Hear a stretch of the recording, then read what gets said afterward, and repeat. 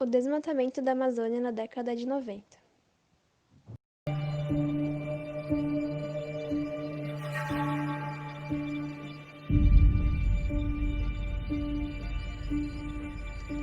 O nosso trabalho tem como objetivo mostrar como era a Amazônia na década de 90, o desmatamento de suas florestas, os regimes políticos, as estatísticas e os povos da época.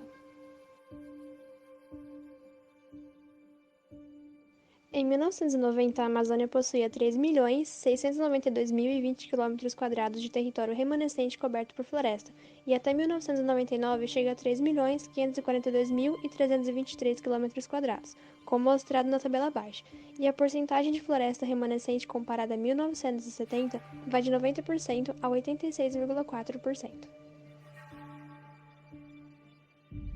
Ao longo da década de 1990, o dilema entre as políticas de desenvolvimento na região amazônica e a preservação de suas florestas se tornou mais explícito e mais divulgado mundialmente. Também neste período, a exploração da borracha se intensificou e foi muito procurada pelo mercado estrangeiro, e ao mesmo tempo a soja tinha chegado à Amazônia, e isso fez com que a produção atraísse uma nova leva de imigrantes, dessa vez do sul e do sudeste do país. Aqui podemos observar duas imagens que comparam a floresta amazônica em Rondônia nos anos de 1984 e 1994, e é possível ver grande diferença entre as áreas mostradas nas imagens, porque além da extração de madeira, também havia criação de gado e pastos nesta época, e atualmente essa área verde coberta por floresta é menor ainda.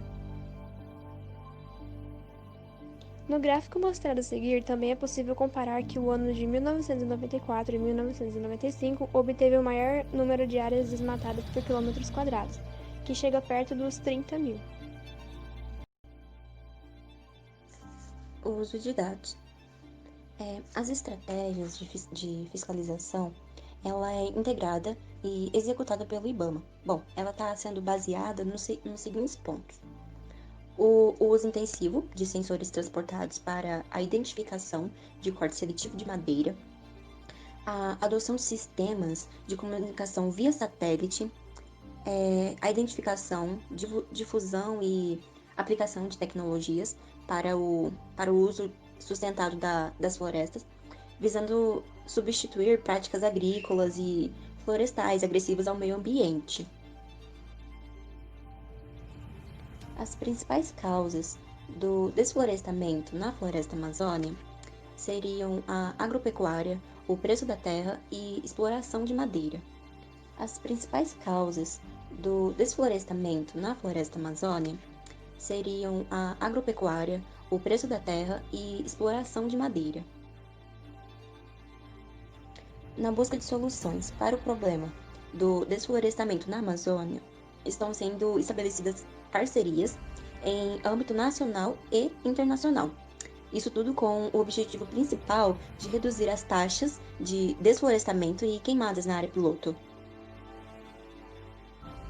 Quem começou governando o Brasil neste período foi Fernando Collor, em 15 de março de 1990 até dia 29 de dezembro de 1992, onde pediu impeachment. Logo em seguida veio Itamar Franco, de 1992 até 1995, e logo em seguida Fernando de Henrique de Cardoso, de 1995 a 2003.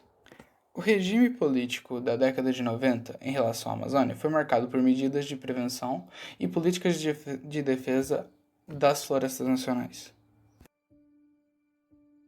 procurando também discutir a necessidade da adoção de um modelo de prevenção do ecossistema da Amazônia que contasse com o apoio das Forças Armadas e do próprio governo da época.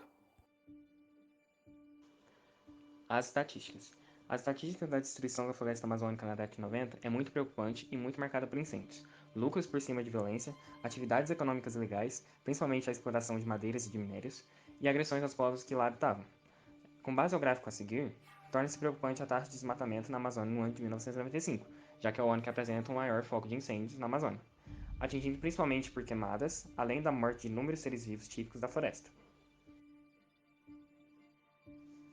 O desmatamento representa uma das maiores questões globais sobre o uso da terra.